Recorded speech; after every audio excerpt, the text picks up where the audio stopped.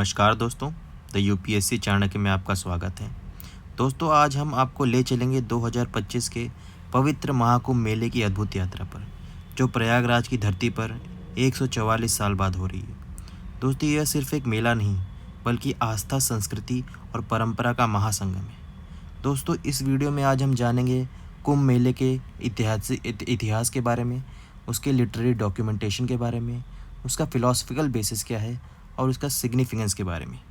तो चलिए डुबकी लगाते हैं आस्था के इस सागर में और जानते हैं कुंभ मेले के अनमोल पहलुओं को। तो चलिए शुरू करते हैं। दोस्तों, कुंभ के दो अर्थ होते हैं। पहला पिक्चर यानी घड़ा, जिसमें अमृत पाया गया था, और दूसरा होता है कुंभ राशि। दोस्तों, कुंभ मेला 45 दिन चलने वाला एक मेला है, जिसमें देश के अलग अलग कोनों से हिंदू संत और नागा साधु और अघोरी आते हैं और अपने ज्ञान का प्रसार करते हैं। इस साल लगभग 45 करोड़ लोगों के आने की संभावना है, जो कि यूपी की डबल पॉपुलेशन के बराबर है। दोस्तों, आइए अब हम जान लेते हैं कुंभ मेले के माइथोलॉजिकल बेसिस के बारे में। दोस्तों, समुद्र मंथन हिंदू धर्म की एक प्रसिद्ध कथा है। देवताओं और असुरों ने अमृत पाने के लिए सागर का मंथन किया। मद्राचल पर्वत को मथनी और वासुकी नाग को रस्सी बनाया गया। भगवान विष्णु ने कछुए का रूप लेकर पर्वत को डूबने से बचाया। मथते वक्त 14 रत्न निकले, जैसे कि हलाहल विष, जिसे भगवान शिव ने ले लिया, ऐरावत हाथी, जिसे इंद्र जी ने ले लिया, कामधेनु गाय, और उसी में से एक था अमृत।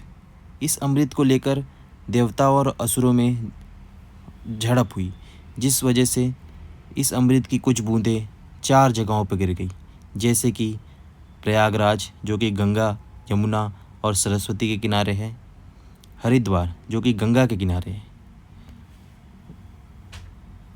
उज्जैन, जो कि शिप्रा नदी के किनारे है, और नासिक, जो कि गोदावरी नदी के किनारे है। दोस्तों, कुंभ मेले का लिटरेरी एविडेंस कई ग्रंथों में पाया जाता है, जैसे कि भगवत पुराण, स्कंद पुराण और महाभारत में। लेकिन इसका असली जो ऑर्गेनाइज्ड फॉर्म है वो गुप्त काल से देखा जाता है।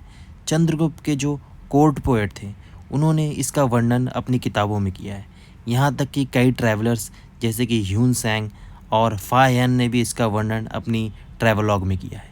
इसका वर्णन दोस्तों रामचरितमानस, ऐन अकबरी और तकबत ए अकबरी जैसे किताबों में भी पाया गया है। दोस्तों, आदि शंकराचार्य जी ने 8वीं शताब्दी में हिंदू धर्म को पुनर्गठित किया। उन्होंने अद्वैत वेदांत का प्रचार किया और धर्म को अंधविश्वास व बिखराव से बचाया। उन्होंने 4 मठों की स्थापना की और धार्मिक शिक्षा और एकता को मजबूती दी। कुंभ मेले को उन्होंने संगठित रूप दिया, जहां विभिन्न मठों और संतों के लिए एक निर्धारित क्रम बनाया गया। यह आयोजन हिंदू धर्म के सांस्कृतिक और धार्मिक एकता का प्रतीक बन गया। उनके प्रयास ने हिंदू धर्म को एक नई ऊर्जा दे दी, जहाँ पे मठ, 4 धाम, कुंभ का ऑर्गेनाइजेशन और 13 अखाड़े जैसे कि उदासीन अखाड़ा, इस तरह के अखाड़े की भी स्थापना की गई। दोस्तों, अंग्रेजों के समय जो पहला कुंभ मेला ऑर्गेनाइज हुआ था वो 1870 में हुआ था, जिसकी तस्वीर यहाँ आप देख सकते हैं।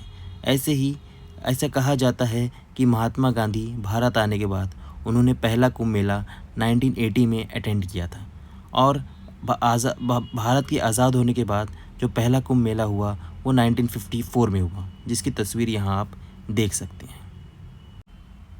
दोस्तों, आइए अब हम जान लेते हैं इस साल के महाकुंभ के बारे में, जो कि प्रयागराज की धरती पर 144 साल बाद हो रहा है। दोस्तों, पहले हम जान लेते हैं टाइप्स ऑफ कुंभ मेला के बारे में। एक होता है नॉर्मल कुंभ, जो कि हर 3 साल पे चारों जगहों पर होता है।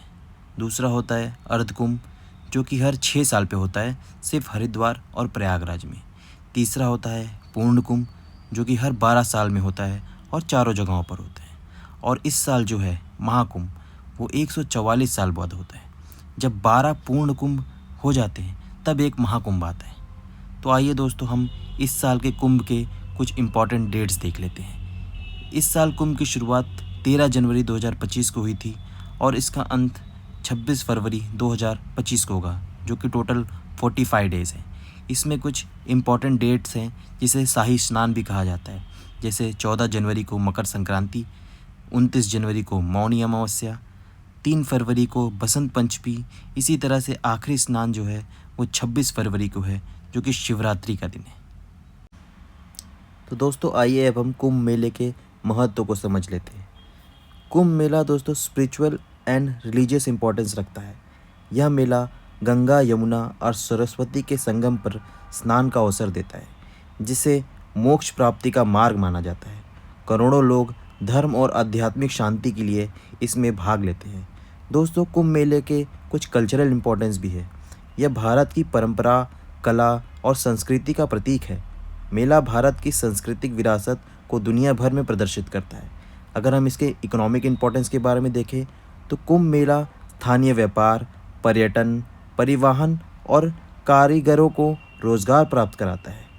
तो इसके सोशो पॉलिटिकल इम्पोर्टेंस भी है दोस्तों, जैसे कि मेला एकता और भाईचारे का संदेश देता है।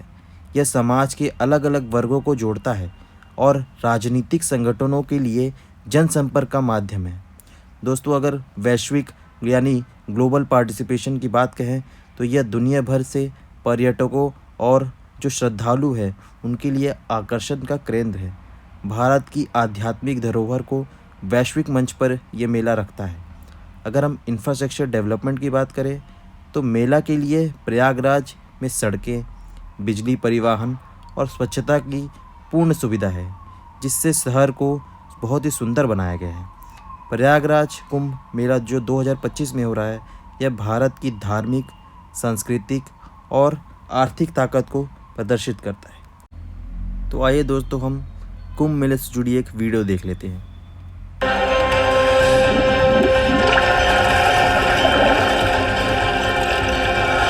हिंदुओं का विश्वास है कि हर पाप को धो देता है इन नदियों का पवित्र जल।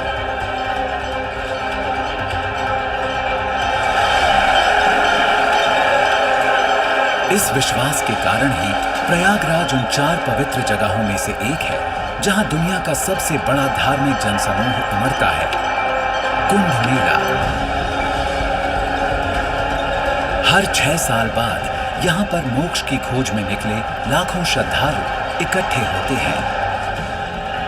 उनके आने पर नदी के ये किनारे लगभग शिमला जितने बड़े एक अस्थायी शहर में बदल जाते हैं।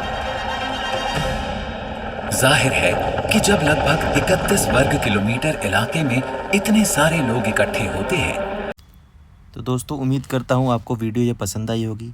अगर आपको वीडियो पसंद आई हो तो इसे लाइक, शेयर और सब्सक्राइब ज़रूर करें और हमारे चैनल को फॉलो करें। और दोस्तों मैं आपसे ये भी आग्रह करूँगा कि इस कुंभ मेले को आप ज़रूर देखें, वहाँ जाकर देखें। तो दोस्तों मिलते हैं अब आपसे अगली वीडियो में, तब तक के लिए जय हिंद।